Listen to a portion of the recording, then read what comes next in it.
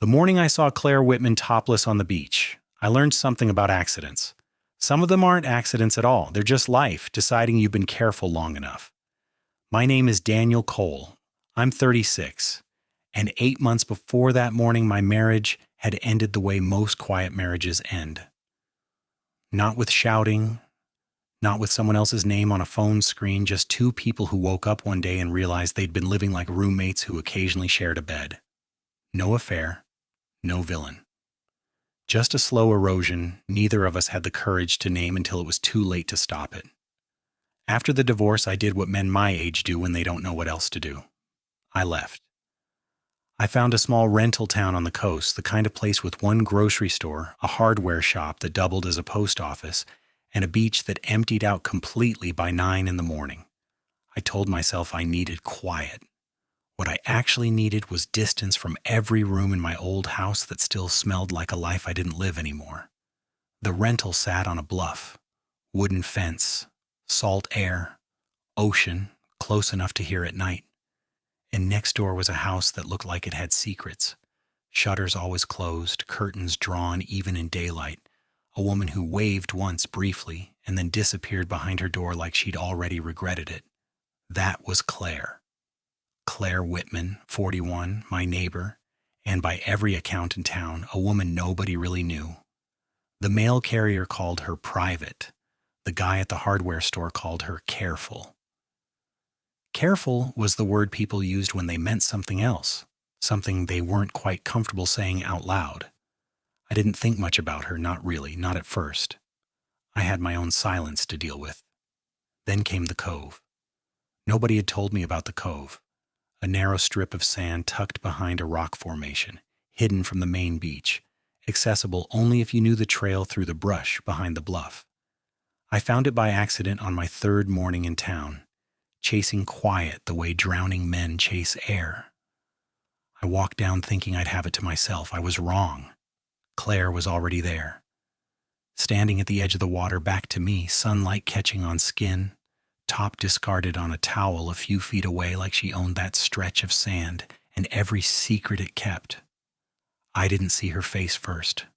I saw the stillness of her, the way she stood like the ocean was the only audience she'd ever trusted. And then, because the universe has a cruel sense of timing, she turned. 4 seconds, maybe 5. Long enough for both of us to understand exactly what had happened. Too short for either of us to pretend it hadn't. I turned away so fast I nearly fell into the rocks. She didn't scream, didn't cover herself with panic, just grabbed her towel with a calm that unsettled me more than anger would have. "You should knock before wandering into places," she said, voice flat, controlled, giving nothing away. I apologized so many times the words stopped making sense. She didn't respond, just walked past me, wet footprints marking the sand, leaving me standing there with my heart doing something it hadn't done in years. Not guilt exactly, something closer to attention. I didn't know it yet, but that walk back to my rental house was the last quiet morning I'd have in that town for a long, long time. I spent the next 4 hours doing the mental math of a man trying to avoid a war he'd already lost. I ran through scenarios the way other people run through emergency drills. If I saw her at the mailboxes, I would nod once and keep walking. If she knocked on my door, I would apologize before she could finish knocking. If she called the police, which felt unlikely but not impossible in the version of the morning my anxiety kept building, I would explain that it was an accident, that I hadn't meant to look, that I had, in fact, looked away eventually. I imagined anger. I imagined cold silence, the kind neighbors give each other for years over parking spots and property lines. I imagined her avoiding eye contact at the community mailbox for the rest of my natural life. What I did not imagine, not once, was that she would simply walk up my driveway at 10 in the morning holding 2 coffee cups like she was returning a borrowed ladder. I saw her through the window before I heard the knock, and my stomach did something complicated. She was in jeans and a plain gray sweater, hair pulled back, sunglasses pushed up on her head, looking every bit like a woman who had not spent the previous morning as the subject of my worst-timed accident. I opened the door, already rehearsing an apology I'd been drafting since sunrise. "Claire, listen about this morning." "Relax," she said, holding out one of the cups. "I'm not here to file a report." I took the coffee because my hands needed something to do. "I really am sorry. I wasn't trying to—" "Daniel." She said my name the way you'd correct a kid who was over-explaining a broken vase. "It's a beach. People take their tops off. Occasionally someone's next-door neighbor happens to be jogging by at exactly the wrong moment." She took a sip of her coffee, entirely unbothered, like we were discussing weather instead of my accidental front-row seat to her sunbathing. If I wanted privacy, I would have found a spot that wasn't 15 feet from a public trail. I stood there holding a coffee I hadn't asked for, trying to catch up to a conversation that wasn't going where I'd built it in my head. There was no anger in her voice, no embarrassment. If anything, there was a faint amusement, like she found my panic more entertaining than the incident itself. "You looked like you were about to have a heart attack," she added. "I almost called out to check your pulse." "I thought you'd be furious." "I've been furious before. This isn't that." She glanced past me into the house, casual, unhurried, the way people look at a place they're deciding whether they like. "Honestly, I was more annoyed you ran off before I could say good morning." That single sentence rearranged something in my chest. I had spent hours preparing for confrontation, guilt, maybe even the slow freeze of a ruined friendship before it had begun. Instead, I was standing in my doorway holding hazelnut coffee, being teased by a woman who apparently found my mortification the most interesting part of her week. "So we're fine?" I asked, still waiting for the other shoe. Claire smiled, unbothered, already turning to walk back toward her house. "We're fine, Daniel. Try not to sprain anything running away next time." I watched her go, coffee warm in my hand, completely unsure what had just happened, only certain of one thing. Claire Whitman was going to be very difficult to predict. She knocked before I finished my mental math. 2 days after the beach, a Tuesday, my doorbell rang while I was still in sweatpants pretending Sunday hadn't happened. I opened the door already apologizing the way I'd rehearsed it. "Claire, I'm so sorry. I wasn't looking for—" "Daniel." She cut me off, holding up a foil-covered dish like a peace treaty. "I made too much lasagna. My kids won't eat leftovers twice, and I refuse to waste a good bechamel on the garbage disposal." That was it. No mention of the beach. No awkward silence stretched taut between us. Just lasagna, and a woman who apparently decided that pretending nothing happened was easier than acknowledging it happened at all. I took the dish like a man defusing a bomb, and she left before I could say anything else stupid. I found out later that our lives had been quietly tangled for longer than I realized. Our fence line was the same fence line. Her son's Little League coach was my old college roommate, Pete, who greeted me at a Saturday game with, "Oh, you know, Claire, small world," in a tone that suggested the world was, in fact, extremely small, and everyone in it talked to Pete. Small talk turned into small waves. Small waves turned into her asking if I could help carry a bookshelf up her stairs because her ex-husband had taken most of the furniture and none of the muscle required to move it. That was the first real conversation. Sweating, awkwardly angled around a stairwell, I asked the question I'd been too polite to ask. "How long ago?" "Divorce? 16 months, she said, not missing a beat, like she'd answered it 100 times and stopped flinching at month 40. 14 years married, 2 kids. He decided rebuilding his ego required someone 20 years younger and considerably less familiar with his flaws. I didn't know what to say, so I said nothing, which turned out to be the right move. She kept talking, filling the silence with details she probably hadn't planned to share.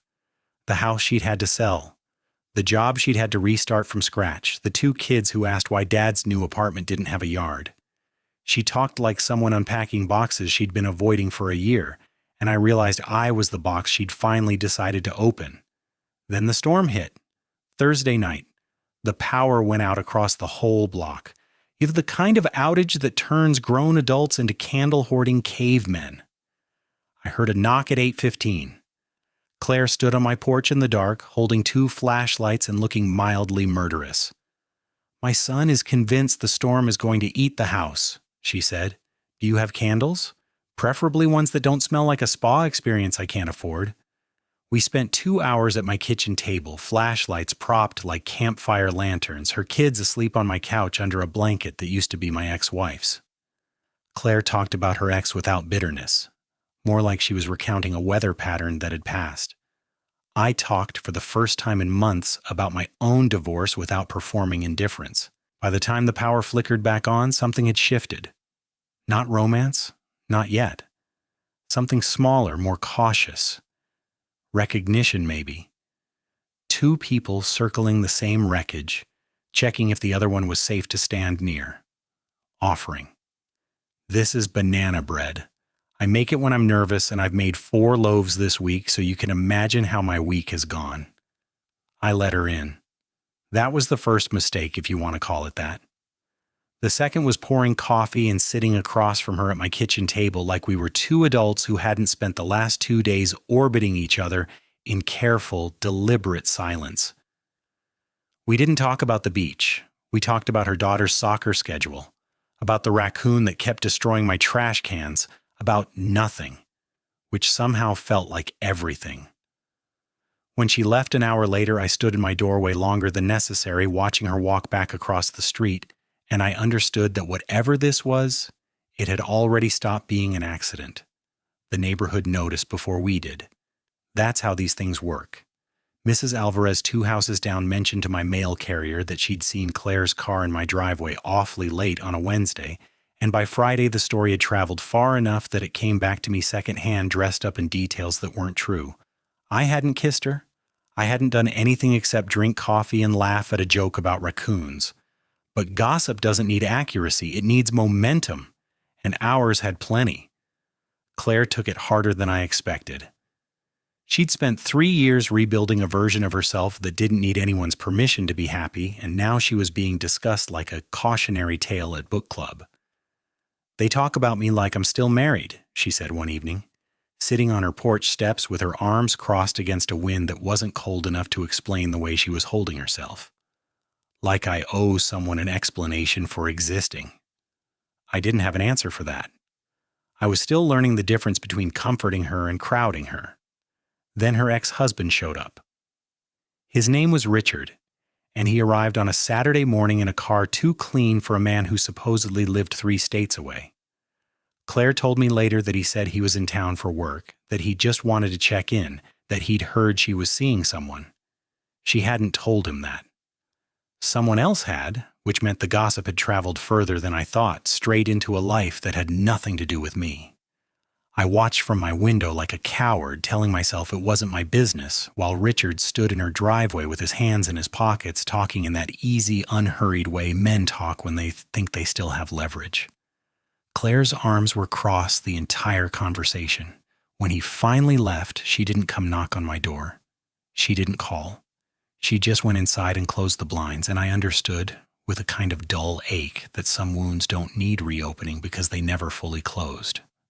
That night, I sat with my own ghosts for a while.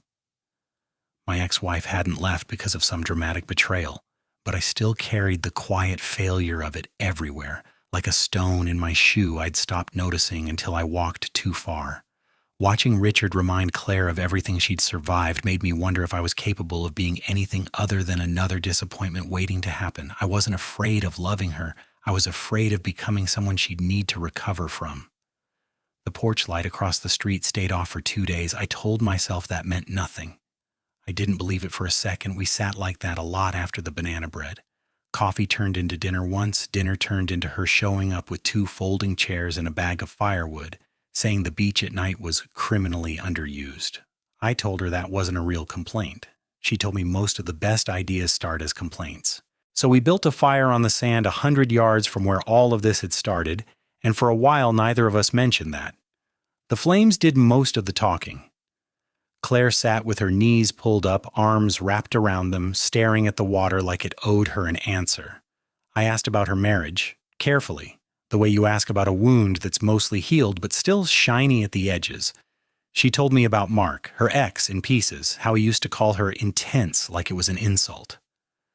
How the divorce felt less like an ending and more like finally exhaling after years of holding her breath. I forgot what it felt like to not perform, she said. Being okay all the time, being fine. I got so good at fine that I almost believed it. I told her about Rachel. Not the whole story, just enough. The kind of marriage that ends without a single dramatic scene. Just two people quietly renegotiating what silence meant until the silence became the whole relationship. Claire listened without trying to fix it, which I'd learned by then was rarer than people think.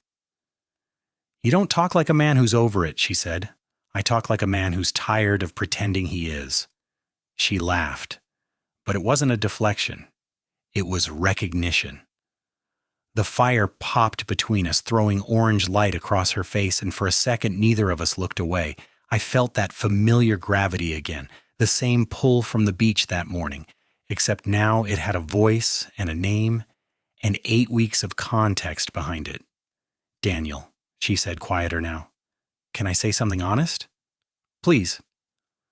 I don't know what this is, but I know I look forward to Tuesdays more than I should. The words landed somewhere I wasn't prepared for. I opened my mouth to say something back, something true, something that might have changed the entire shape of that night, when headlights swept across the dune behind us. A car door slammed.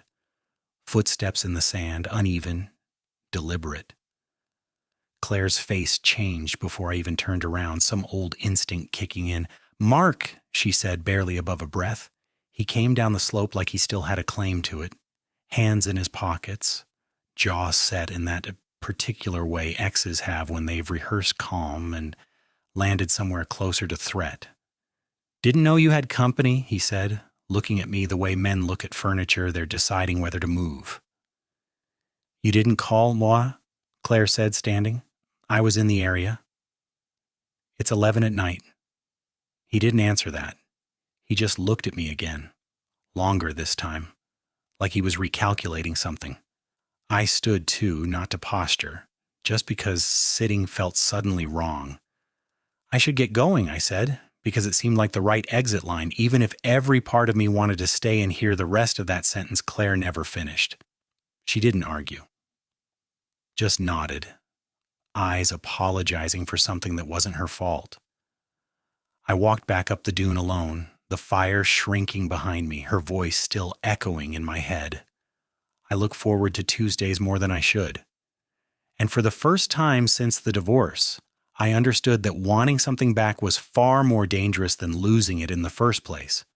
We built a fire pit out of scavenged bricks that first weekend, and somewhere between hauling stones and burning my hand on a marshmallow fork, I stopped waiting for the other shoe to drop. That's why the knock on my door 3 weeks later felt like a betrayal before I even opened it. It was her ex, Mark. I recognized him from the one photo Claire had shown me, the one she kept for the kids' sake, she said, though her jaw tightened every time she said his name.